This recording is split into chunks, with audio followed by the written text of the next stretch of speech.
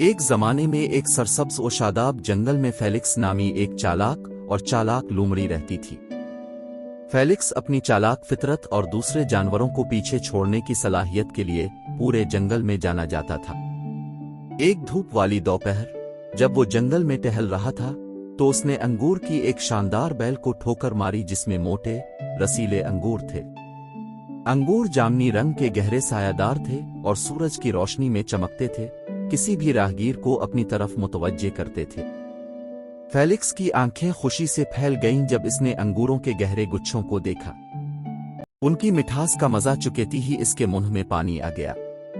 اپنی خواہش کو پورا کرنے کے لیے پرعزم فیلکس چھلانگ لگا کر انگور تک پہنچنے کی کوشش کرنے لگا، لیکن وہ اس کی گرفت سے بالکل باہر تھے۔ ہوشیار لومڑی نے اپنے ہوشیار دماغ کو استعمال کرنے کا فیصلہ کیا۔ اس نے انگور کی بیل کا چکر لگایا، ہر زاویے سے اس کا تجزیہ کیا، مزیدار پھل تک پہنچنے کا راستہ تلاش کیا۔ کچھ غور و فکر کے بعد فیلکس کو ایک شاندار خیال آیا۔ اسے قریب ہی ایک بڑی چٹان ملی اور اسے انگور کی بیل کے نیچے رکھ دیا۔ ایک پراعتماد مسکراہٹ کے ساتھ وہ چٹان پر چڑھ گیا اور اوپر پہنچا، لیکن افسوس انگور اب بھی بہت زیادہ تھے۔ فیلکس نے بے چین ہے کر ایک اور منصوبہ سوچا۔ ارد گرد کا مشاہدہ کرتے ہوئے اسے ایک گرے ہوئے درخت کی شاخ نظر آئی۔ چالاک لومڑی شاخ کو گھسیٹ کر انگور کی بیل پر لے گئی اور اسے چٹان سے ٹکرایا۔ اب ایک دیسی سیڑھی کے ساتھ فیلکس شاخ پر چڑھ گیا، آخر کار رسیلی انگوروں کا مزہ چکھنے کے لیے پرعزم تھا۔ تاہم جیسے ہی وہ چوٹی پر پہنچا، بیل اور بھی اونچی ہوتی دکھائی دی۔ مایوس لیکن شکست تسلیم کرنے سے انکار کرتے ہوئے فیلکس انگور چھیننے کی امید میں چھلانگ لگا کر آگے بڑھا۔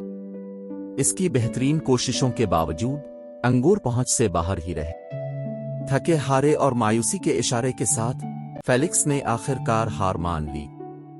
انگور کی بیل سے ہٹتے ہی وہ اپنے آپ سے بڑبڑایا، وہ انگور تو ویسے بھی کھٹے تھے۔ وہ جنگل میں گھوم گیا، اس کا غرور تھوڑا سا زخمی ہوا لیکن اس کی چالاک رو برقرار ہے۔